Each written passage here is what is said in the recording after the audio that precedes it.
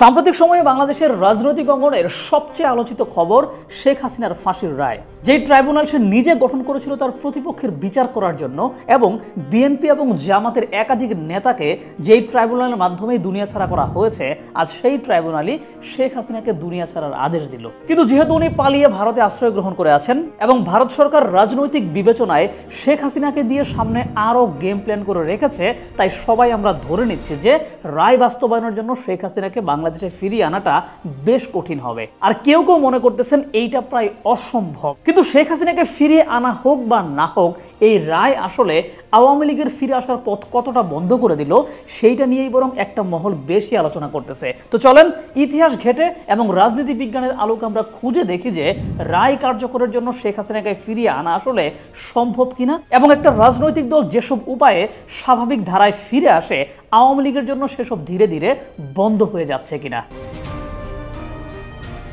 তো স্বাভাবিক দৃষ্টিতে অনলাইন অফলাইনে আওয়ামী লীগ সমর্থকদের যে অ্যাক্টিভনেস দেখা যাচ্ছে তাতে অনেকেই ভাবতেছেন যে আওয়ামী লীগকে হয়তো কোনোভাবে দমিয়ে রাখা যাবে না। আর আশ্চর্যজনক কথা হচ্ছে এই ভাবনাটার পেছনে মানুষের মধ্যে একটা ভয় কাজ করতেছে। সহানুভূতি বা মন থেকে সমর্থনের জায়গা থেকে মানুষ এসব ভাবতেছে না, কারণ আওয়ামী সমর্থকরা আগে যেমন অ্যাগ্রেসিভ ছিল এখন তারা পালিয়ে থেকেও সেই অ্যাগ্রেসিভনেসটাই কিন্তু শো করতেছে এবং বুঝাইতে চাইতেছে যে তারা জোর করে হলেও ক্ষমতা দখল করে নেবে, সবাইকে নিশ্চিহ্ন করে দেবে। এখন মানুষ তো জানে যে আওয়ামী লীগ গত 15-16 বছরে তারা বহুত টাকা কামাইছে এবং আওয়ামী কর্মী বাহিনী আসলে কতটা সহিংস। আর সেই জায়গা থেকেই ভয়ের চোটে মানুষ ভাবতে বাধ্য হচ্ছে যে আওয়ামী লীগ বোধহয় আসলেই ফিরে আসবে। আর এখানেই কিন্তু মেইন সমস্যা, কারণ আধুনিক সময়ের রাজনীতিতে মানুষকে ভয় দেখিয়ে ক্ষমতায় আসা কিংবা টিকে থাকাটা খুব একটা সম্ভব না। ফিরে আসতে হলে মানুষের সহানুভূতি নিয়ে ফিরে আসতে হয়। মানুষ ভয় পেয়ে হয়তো বা রাস্তায় মিছিল করার সময় বাধা দেবে না, কিন্তু সেই মিছিল করতে পারা মানেই এই না যে মানুষ সবাই সেই মিছিলকে সমর্থন দিচ্ছে। মনে মনে মানুষ ঠিকই ভাবতেছে যে যতই মিছিল করো আসলে কোনো লাভ নাই, কারণ টাকার বিনিময়ে সাহসী কিছু মানুষকে দিয়ে যে কোনো কিছুই করানো সম্ভব, যে কোনো পরিস্থিতিতেই মিছিল মিটিং করানো যায়। কিন্তু গণ আন্দোলন বা গণজোয়ার আসলে টাকার মাধ্যমে হয় না। আর ক্ষমতায় ফিরে আসতে চাইলে গণজোয়ারটাই লাগে। আর সেই গণজোয়ার আসে মানুষের সহানুভূতি থেকে, মানুষের মনের ভেতরের সমর্থন থেকে। বেগম খালেদা জিয়াকে যতবার কোর্টে তোলা হয়েছিল কিংবা যতবার গ্রেফতার করা হয়েছিল, প্রত্যেকটা বারে কিন্তু তাদের কর্মী বাহিনীর একটা অংশ রাস্তায় নেমে প্রতিবাদ করেছে। মানুষ মনে মনে তাদের জন্য সহানুভূতি জ্ঞাপন করেছে। কিন্তু হাসিনার রায়ের দিন কোনো গণবিক্ষোভ হয় নাই, মানুষ রাস্তায় নামে নাই। তার মানে এই যে কথায় কথায় বলা হয় যে আওয়ামী লীগের 20 থেকে 30% ভোট আছে, তো এরা কোথায়? প্রধান নেত্রীর ফাঁসির আদেশ হয়ে যাচ্ছে আর সমর্থকরা কোনো টু শব্দও করলো না, যে যতটুকু করলো সেটা করলো চিপায় বসে ফেসবুকের মাধ্যমে। এতে এইটাই প্রমাণ হয়ে যায় যে মাঠে যেটুকু অ্যাক্টিভনেস আওয়ামী লীগ দেখাইতেছে এইটা আসলে টাকার জোরে। আর বাংলাদেশ এমন একটা দেশ যেখানে টাকার বিনিময়ে আপনি যে কোনো কাজ করানোর মতো মানুষ প্রচুর পরিমাণে পাবেন।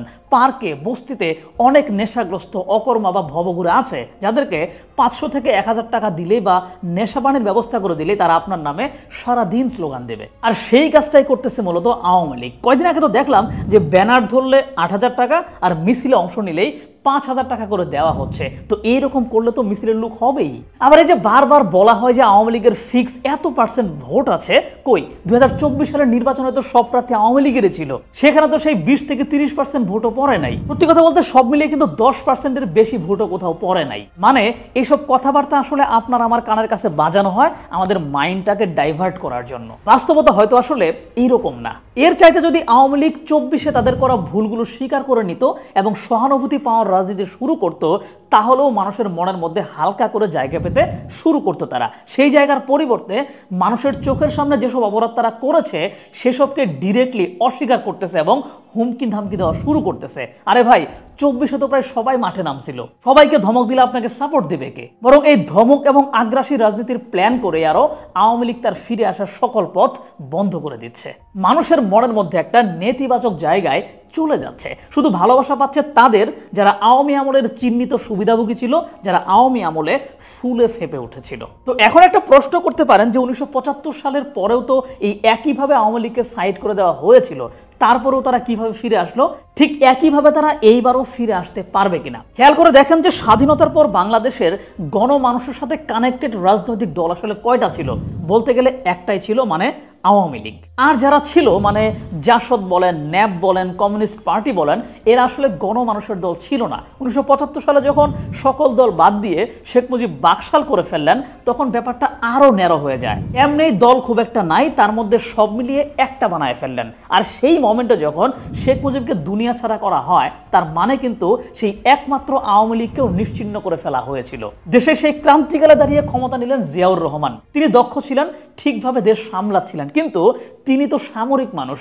যত ভালো করেই তিনি দেশ শাসন করুন না কেন, বৈশ্বিক সমর্থন পাওয়ার জন্য তাকে এমন কিছু করতে হতো যা গণতন্ত্রের পথ সুগম করে এবং বাংলাদেশের ইতিহাসে তিনি যাতে একজন গণতন্ত্রের পক্ষের শাসক হয়ে থাকেন। আর এই জন্য তিনি নিজে একটা রাজনৈতিক দল গঠন করেন, কিন্তু সেই দল যদি মাঠে একা একাই কাজ করে তাহলে তো হইল না। তার জন্যই লেভেল প্লেইং ফিল্ড তৈরি করতে হতো তাকে। আর এইটার জন্য তিনি অন্যান্য রাজনৈতিক দলকে রাজনীতি করার সুযোগ দেন।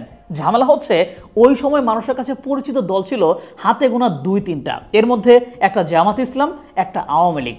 যদি শুধু জামাতকে রাজনীতির অনুমতি দেওয়া হতো তাহলে কিন্তু লেভেল প্লেইং ফিল্ডটা হইতো না, বহির্বিশ্বকে এইটা দেখানো যাইতো না। কারণ ওই সময় জামাতের ভোট এবং সমর্থন দুইটাই অনেক কম ছিল। আবার জামাত যেহেতু ইসলামী দল, তাই সেকুলার কারো জন্য মাঠ ছাড়া দরকার। এসব বিবেচনায় তখন আওয়ামী লীগকেও রাজনীতির অনুমতি দেওয়া হয়, কারণ এছাড়া আসলে অপশন ছিল না। কিন্তু একবার একটু ভেবে দেখেন, যদি এমন হইতো যে আওয়ামী লীগ ছাড়াও গণমানুষের কাছে পরিচিত আরো 3-4টা রাজনৈতিক দল ওই সময় মাঠে অ্যাক্টিভ, তাহলে কিন্তু জিয়াউর রহমান নিজের দল চালুর সাথে সাথে আওয়ামী লীগ ছাড়া অন্য দলগুলোকে অনুমতি দিলেই হয়ে যাইতো। কিন্তু সেটা সম্ভব হয় নাই। যাই হোক, এরপর সুযোগ পেয়ে আওয়ামী লীগ কাজ শুরু করেন। শেখ হাসিনা আসার আগ পর্যন্ত কয়েক ভাগে বিভক্ত ছিল আওয়ামী লীগ। শেখ হাসিনা আসলে দল একত্রিত হয় এবং গণমানুষের কাছে পৌঁছে যাওয়ার জন্য এরশাদ বিরোধী আন্দোলনটাকে তারা কাজে লাগায়। এইভাবে 1996 সালে ক্ষমতায় ফিরে আসে আওয়ামী লীগ। কিন্তু 2024-25 সালে হিসাবটা একটু খেয়াল করেন। 1978 সালের সাথে তুলনা করলে বুঝতে পারবেন যে সামনে আসলে কি কি হতে যাচ্ছে। প্রথমত 1975 সালে আওয়ামী লীগ সাইডে চলে গিয়েছিল মিলিটারি কুয়ের মাধ্যমে, যেখানে সরাসরি জনগণ কানেক্টেড ছিল না। আর 2024 সালে আওয়ামী লীগকে সাইডে পাঠিয়েছে সরাসরি জনগণ। এখানে মিলিটারি বা অন্য কোনো গোষ্ঠীর চেষ্টা করেও কিন্তু আওয়ামী লীগের পতন আটকাইতে পারে নাই। আর গণ আন্দোলনের মাধ্যমে সরকার পতন মিলিটারির মাধ্যমে পতনের চাইতে অনেক অনেক শক্তিশালী। দ্বিতীয়ত 1978 সালে গিয়ে যখন নির্বাচন দেওয়ার চিন্তা করেন জিয়াউর রহমান, তখন রাজনৈতিক দলের একটা সংকট তৈরি হয়েছিল, যে কারণে সেই সংকট বা ঘাটতি পূরণে আওয়ামী লীগ অপরিহার্য ছিল। কিন্তু 2025 সালে সারা দেশের মানুষ চিনে এমন 2টা দল ইতিমধ্যেই আছে, মানে একটা জামাত ইসলাম আর একটা বিএনপি। সেই সাথে 24-এর গণ অভ্যুত্থান থেকে উঠে আসা রাজনৈতিক দল এনসিপিও সারা দেশে পরিচিত। খুব দ্রুত সময়ের মধ্যেই সারা দেশে একটা কর্মী বাহিনী গড়ে উঠতেছে দলটার। মানে আওয়ামী লীগ না থাকলে রাজনৈতিক সংকটের সম্ভাবনা এবার একদম নাই। মানুষের হাতে একাধিক অপশন আছে ভোট দেওয়ার। যেই পরিমাণ ভোট কাস্ট হইলে একটা নির্বাচন গ্রহণযোগ্য হয়, সেই পরিমাণ ভোট আওয়ামী লীগ ছাড়াও ইজিলি কাস্ট হবে। তো একদম আওয়ামী আমলের সুবিধাভোগী ছাড়া আওয়ামী লীগকে নির্বাচনে আনার জন্য উঠে পড়ে লাগার মতো জনগণ কিন্তু খুব একটা নাই। তৃতীয়ত 1978 সালের পরবর্তী সময়ে আওয়ামী লীগের হাল ধরার জন্য শেখ হাসিনা ছিল, কিন্তু 2025 সালে এসে শেখ হাসিনা ছাড়া আওয়ামী লীগের হাল ধরার জন্য আর কে আছে? 1980 সালের দিকে শেখ হাসিনা বয়স ছিল 34-35 বছর, মানে যথেষ্ট ইয়াং ছিলেন তখন, যাকে নানানভাবে রাজনীতির জন্য প্রস্তুত করা গিয়েছে। কিন্তু এই মুহূর্তে শেখ পরিবারে আছেন 2 জন, একজন ছেলে জয়, আরেকজন মেয়ে পুতুল। জয়ের কথাবার্তা ব্যক্তিত্ব একদম নেতা সুলভ না, আওয়ামী লীগের অন্যান্য নেতারাই তাকে মানতে নারাজ, এবং এই জন্য কখনোই জয়কে পরবর্তী নেতা হিসেবে উপস্থাপন করা হয় নাই। তবে পরবর্তী নেতা হিসেবে পুতুলকে চিন্তায় রাখা হয়েছিল। বৈশ্বিকভাবে পুতুলের ওই রকম একটা ইমেজ তৈরির চেষ্টাও করা হয়েছিল। কিন্তু পুতুলের নেতৃত্ব নিয়েও কিন্তু আওয়ামী লীগের নেতাকর্মীদের মধ্যে বিভেদ আছে। ধরে নিলাম এই বিভেদ মানুষ ভুলে যাবে, কিন্তু পুতুলের বর্তমান বয়স চলতেছে 52 বছর। দেশে এসে সেই রকম পরিস্থিতি পাইতে পাইতে তার বয়স 60 পেরিয়ে যেতে পারে। আর অত বেশি বয়সে রাজনীতিতে এসে একটা পতিত হওয়া দলকে টেনে তোলা কিন্তু সহজ কাজ না। সেই সাথে বিদ্যমান আওয়ামী নেতারাও কিন্তু বিদেশে পলাতক, তাদের সবার বয়সও অনেক বেশি, কেউই দলকে টেনে তোলার মতো পর্যায়ে নাই আসলে। মানে একদিকে শেখ হাসিনা ফাঁসির আসামি, আবার তার বয়সও 80 পেরিয়ে গেছে। সেই জায়গা থেকে শেখ হাসিনার দেশে ফেরত আসা এবং দেশে এসে দলের হাল ধরাটা প্রায় অসম্ভব। আবার তার অনুপস্থিতিতে অন্যরা কেউই ওইভাবে নাই, তাহলে দলের দায়িত্ব নেবে কে? সো মাঠে যেটুকু লাফালাফি দেখা যাচ্ছে এইটা আসলে টাকার গরম। এই টাকার গরম আওয়ামী লীগ অনেকদিন দেখাইতে পারবে, কিন্তু টাকার জোরে মাঠে মিছিল জারি রাখা আর যোগ্য নেতার মাধ্যমে মানুষের মনে জায়গা নিয়ে পতিত দলের ফিরে আসা এক জিনিস না। আশা করি ব্যাপারটা বুঝেছেন। যাই হোক, এখন কথা হচ্ছে শেখ হাসিনাকে দেশে ফিরিয়ে আনা সম্ভব কি না। বলা যায় এইটা সম্ভব না, কারণ হাসিনা একটা ভিন্ন দেশে আছে, সেই দেশের সাথে হাসিনার ব্যাপক ভালো সম্পর্ক ছিল, দীর্ঘদিন সেই দেশকে সর্বস্ব বিলিয়ে দিয়েছিল সে, তাই সেই দেশ তাকে ব্যাপকভাবে আশ্রয় দিয়েছে। সেখান থেকে সে ফেরত আসতে চাইবেও না, আবার ভারত নিজেও ফেরত দেবে না। দেখেন, আগের কয়েকটা ভিডিওতে বলেছিলাম যে বেশ কিছু কারণ আছে যেই কারণে ভারত আজীবন বাংলাদেশকে তার নিয়ন্ত্রণে রাখার জন্য চেষ্টা করবে। এতদিন আওয়ামী লীগের মাধ্যমে এইটা তারা করার চেষ্টা করেছে, আওয়ামী লীগের অনুপস্থিতিতে তারা অন্য কোনো দল বা অন্য কোনো মানুষের মাধ্যমেও সেই চেষ্টা অব্যাহত রাখবে। ইতিমধ্যেই দেশের বিদ্যমান রাজনৈতিক দলের নানান নেতার বিরুদ্ধে কিন্তু ভারতের সাথে যোগাযোগের নানান ধরনের অভিযোগ শোনা যাচ্ছে। তো এই যে বিভিন্ন দেশের রাজনৈতিক নেতারা অন্য দেশকে সুবিধা দেয়, এইটা দেয় মূলত দুইটা জিনিস বিবেচনায়। এক, যাতে তাকে ক্ষমতায় রাখার ক্ষেত্রে সেই দেশটা হেল্প করে। দ্বিতীয়ত, হেল্পের জায়গা থেকে যদি কখনো দেশের জনগণ তাকে ক্ষমতাচ্যুত করে ফেলে, তবে যেন তাকে শেষ জীবনের নিরাপত্তা দেওয়া হয়। আর শেখ হাসিনা কিন্তু সেই শেষ জীবনের নিরাপত্তাটাই পাচ্ছে। তো সেই জায়গা থেকে যদি শেখ হাসিনাকে ভারত সরকার ফিরিয়ে দেয়, তবে ভারত বাংলাদেশের নতুন কাউকে তাদের আজ্ঞাবহ বানাতে পারবে না, কারণ নতুন কেউ সেই পথে যাওয়ার সময় ভাববে যে আমাকেও হয়তো শেষ সময় এইভাবে ছেড়ে দেবে ভারত। তাই এই বিশ্বাস অর্জনের জন্য ভারত হাসিনাকে বাংলাদেশে পাঠাবে না। আবার আন্তর্জাতিকভাবে হাসিনাকে ফেরত আনার জন্য কোনো চাপ দেওয়া যাবে না, কারণ পশ্চিমা বিশ্বের অনেক দেশের আইনেই কিন্তু মৃত্যুদণ্ডটা নাই। যেমন যুক্তরাষ্ট্রের আইনেই কিন্তু মৃত্যুদণ্ডের বিধান নাই। অনেক মানবাধিকার সংস্থা মৃত্যুদণ্ডকে সাপোর্টও করে না। তাই মৃত্যুদণ্ডপ্রাপ্ত আসামিকে দেশে এনে সেটা কার্যকর করার ক্ষেত্রে পশ্চিমা মহল ভারতকে কিন্তু চাপও প্রদান করবে না। তবে এই রায়ের ফলে হাসিনা আবার অন্য কোনো দেশে যাওয়ার প্রশ্নে আটকে গেল, কারণ কোন দেশ আসলে কি ধরনের আচরণ করবে সেটা তো হাসিনা জানে না। তাই যে কোনো দেশে যাওয়ার প্রশ্নে হাসিনার পথ এখন বন্ধ।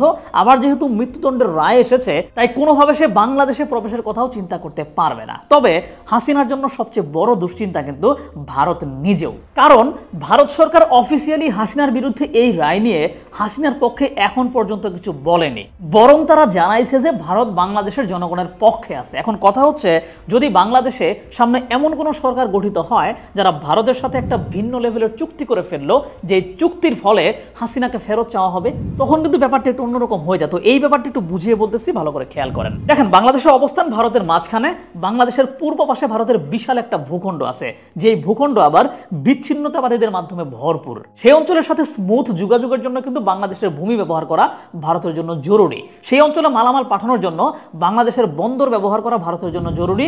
আবার এই সেভেন সিস্টার্স অংশে বিচ্ছিন্নতাবাদকে যদি ঠেকিয়ে দিতে চায় ভারত, সেক্ষেত্রেও বাংলাদেশে হেল্প তার লাগবে। তো এত কিছুর জন্য যেহেতু বাংলাদেশকে ভারতের লাগবে, আর এই সব কিছু হাসিনার কাছ থেকে ভারত নিয়েছিল হাসিনাকে ক্ষমতায় বসানোর বিনিময়ে, কিন্তু এই সুবিধাগুলো প্রদানের পরিবর্তে বাংলাদেশের পরবর্তী কোনো সরকার যদি হাসিনাকে ফেরত চায়, কিংবা হাসিনা ইস্যুতে চাপ প্রয়োগ করে বাংলাদেশ যদি ভারতের কাছ থেকে তিস্তার পানি, গঙ্গার পানি, নেপাল ভুটানে যাওয়ার ট্রানজিট ইত্যাদি আদায় করে নিতে পারে, তবে সেইটা কিন্তু খারাপ কিছু না। তখন আমরা ওই কূটনীতিকে নাম দিব হাসিনা কূটনীতি, নাকি? তো দেখা যাক সামনে কি হয়। আর আশা করি এখন বুঝতেছেন যে কেন আওয়ামী লীগের ফিরে আসাটা অনেক কঠিন। পৃথিবীতে কোনো রাজনৈতিক দল আসলে গণ আন্দোলনের মাধ্যমে একবার পতন হয়ে গেলে সে আবার স্বাভাবিক রাজনীতিতে ফিরে আসছে, এই ইতিহাস কিন্তু খুব একটা নাই। এই ঘটনা শ্রীলঙ্কায় ঘটেছিল, পাকিস্তানে ঘটেছিল, কিন্তু তা ঘটতে ব্যাপক সময় নিয়েছে। আর সেই সময়টুকু যদি আওয়ামী লীগের ক্ষেত্রেও লাগে, তাহলে নেতার অভাবেই কিন্তু আওয়ামী লীগ নাই হয়ে যাবে, যেটা একটু আগে বিশ্লেষণে বুঝিয়েছে। আবার যেহেতু সব নেতার বিরুদ্ধে মামলাও আছে, সো এই মামলাগুলোর জন্য নেতাদের কিন্তু ফিরে আসা যথেষ্ট কঠিন। তবে একটা কথা অনেকেই বলে থাকেন যে রাজনীতিতে আসলে শেষ বলে কিছু নাই। আবার পৃথিবীর ইতিহাসে জনগণের রায়ে বহুত রাজনৈতিক দলের রাজনীতি কিন্তু শেষও হয়ে গেছে। যেহেতু বাংলাদেশের জনগণকে ইচ্ছা করে একটা লম্বা সময় কোয়ালিটি এডুকেশন দেওয়া হয় নাই, একটা বিশাল সংখ্যক মানুষকে যেহেতু ইচ্ছা করেই অসচেতন রাখা হয়েছে, তাই সেই অসচেতন মহলকে ব্রেন ওয়াশের মাধ্যমে নানান কিছু বোঝানো যাচ্ছে, মাঠ গরম রাখা যাচ্ছে। কিন্তু যদি আগামী কয়েক বছরে দেশে গুণগত শিক্ষার একটা প্রচলন ঘটে,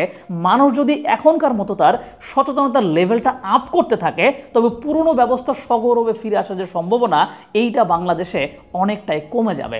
একদিন কিছু টাকা পাওয়ার তুলনায় ঠিকভাবে ভোট দিয়ে 5 বছরের জন্য ভালো প্রার্থীকে নির্বাচন করার গুরুত্ব যেহেতু মানুষ কিছুটা হলেও বুঝতে শুরু করেছে, তাই সামনের দিনের রাজনীতি আসলে কেমন হবে তা কিছুটা আন্দাজ করা যায়। তবে যাই হবে তা আসলে পুরাতনকে ভেঙে চুরেই হবে।